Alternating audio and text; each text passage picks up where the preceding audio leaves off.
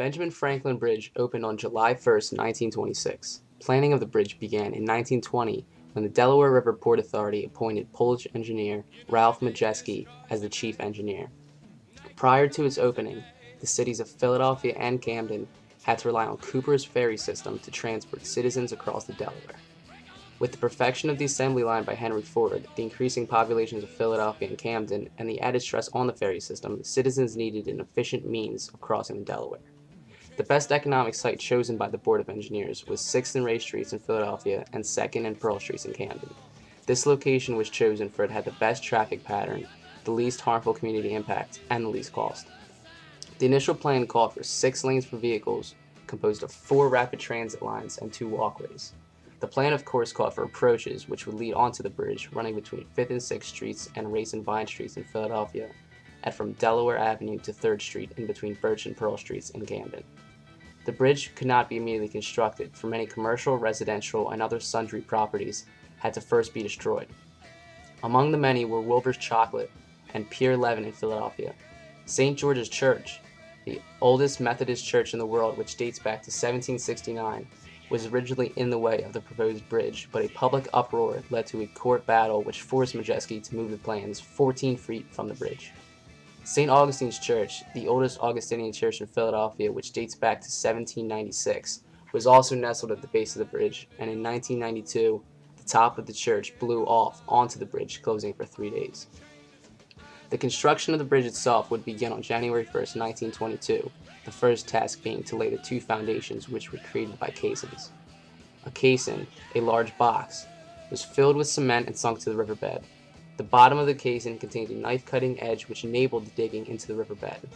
Men called sandhogs would work in a chamber in the caisson, taking mud and riverbed matter out of the caisson.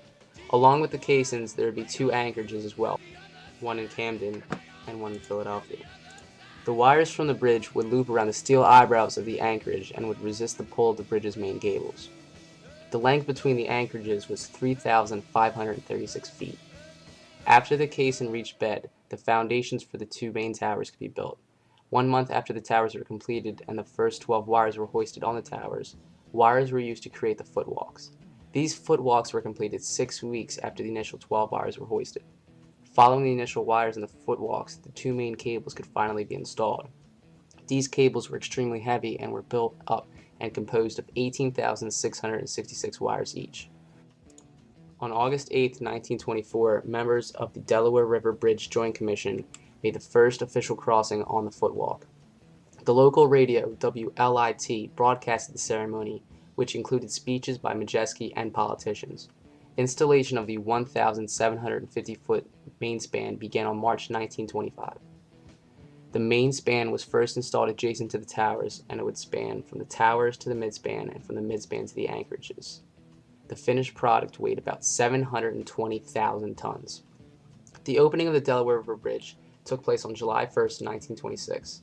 Approximately 100,000 citizens crossed the bridge, and on July 2nd, 1926, there were 3,850 cars that crossed in the first hour. The total cost was $37,103,765.42, half coming from New Jersey and half coming from Pennsylvania. Originally, Philadelphia did not want tolls, but eventually the city listened to the people who were in favor. There were initially 6 tolls, 25 cents for a car, 15 cents for a horse, and 30 cents for a horse-drawn carriage. On July 1st, 1951, the citizens of Pennsylvania and New Jersey celebrated the 25th anniversary of the Delaware River Bridge. The 2 states joined together in celebration of this wonderful achievement that had been built 25 years earlier.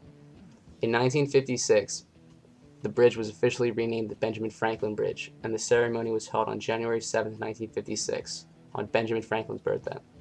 One of the most well-known and important expansions to the bridge was the creation of the Patco high-speed line, which took nearly 5 years.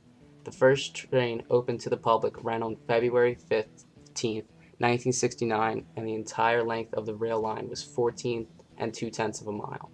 In September of 1987, lights were finally added to the bridge. United States President Ronald Reagan was asked to turn them on for the first time, and these magnificent lights brought a whole new atmosphere to the bridge as they stood out as a new and exciting aspect of an already dynamic city. On July 1st, 2001, the Delaware River Port Authority celebrated the 75th anniversary of the Benjamin Franklin Bridge by closing the roadway to all but pedestrian traffic. Thousands of people showed up for the ceremony, some even dressed in 1920s attire. The most important thing about the bridge is to understand how it has affected the growth of the cities of Philadelphia and Camden. After it was opened, companies, especially Campbell's Soup, can now easily ship products to Philadelphia and other cities. This allowed employees to live on the other side of the river if they chose to. Drivers could now easily cross the bridge whenever they wanted to, and businesses could now expand since there would be more employees available from across the river to work. A simple but prominent impact of the bridge was that it connected many major roads. The bridge allowed connection to Race and Vine Streets, the Benjamin Franklin Parkway, the Schuylkill Expressway, I-95 and Pennsylvania Turnpike, the Admiral Wilson Boulevard, I-676, and the New Jersey Turnpike and shore routes. From Camden, the Benjamin Franklin Bridge offers connections to almost any part of Philadelphia. The bridge also provided easy access to the New Jersey shore and allowed Atlantic City, Ocean City, Wildwood, and Avalon, among others, to thrive. Vacationers can now simply drive to the shore rather than take a ferry and another means of transportation. The two cities have grown to be major business production centers, and Philadelphia especially has become a major tourist attraction city thanks to the traffic the bridge allows. Although there are now many bridges that cross over the Delaware, the Benjamin Franklin Bridge was the first to do so and set the standard in America for suspension bridges. Philadelphia and Camden, as well as all travelers on the many roads it connects, have much thanks to give to the 1,750-foot bridge. It is surely a staple of Philadelphia and Camden local history.